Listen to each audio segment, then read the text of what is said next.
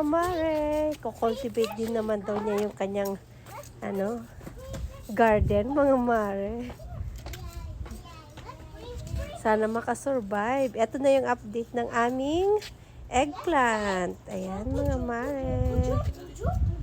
At ito naman, mga mare, dito sa kabila ay yung ampalaya. Ayan, mga mare. Yun, yung dalawa doon. Naku, wala na, hindi na nakasurvive, mga mare. Eto, I don't know, parang hindi rin makakasurvive yan. Ayan, mga mare. Oh. I don't know, baka pati yan ay hindi rin makakasurvive. Ito naman yung dalawang kangkong, mga mare. Tapos ito yung mga yung mga nahulog noon na halaman namin na bunga ng kamatis. Ayun, nagsisitubuan na sila, mga mare. Yung mga cherry tomato, mga yan. O, yan. Cherry tomato yan. Bubunutin namin yung iba dyan. Mag-iwan lang kami ng ilan. Tsaka ito, cherry tomato yan. Yan, sana makasurvive tong ampalaya namin, mga mare. Ito lang naman ang, ito yung gulay na ito ang gusto ko talaga, mga mare. Yung ampalaya. Yan, nagko-cultivate ulit dito naman sa kabila si Maritus. Ayan. Dahan-dahan ka, daddy, di ba? Meron kang nilagay dyan na buto ng ng sili at saka saluyot.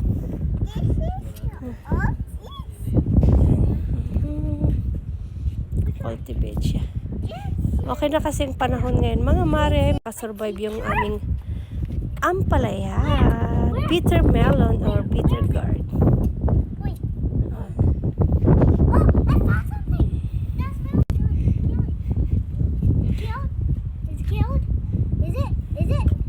Ayaw niya kasing apakan, mga mare, kasi may mga tumutubong mga tinanim niyang buto dyan. May mga buto ng sili at saka saluyot dyan, mga mare. Kaya let's see, hopefully makasurvive sila, mga mare. Kahit yung saluyot man lang, gustong gusto ko yun eh.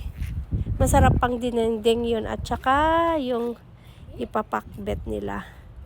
Pero hindi ako marunong magpakbet ng ng dahon ng saluyot.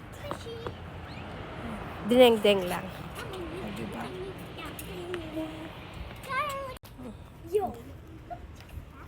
Okay.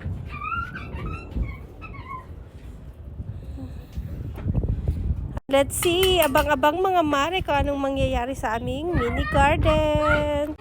That's it for today. Thank you for watching. Bye!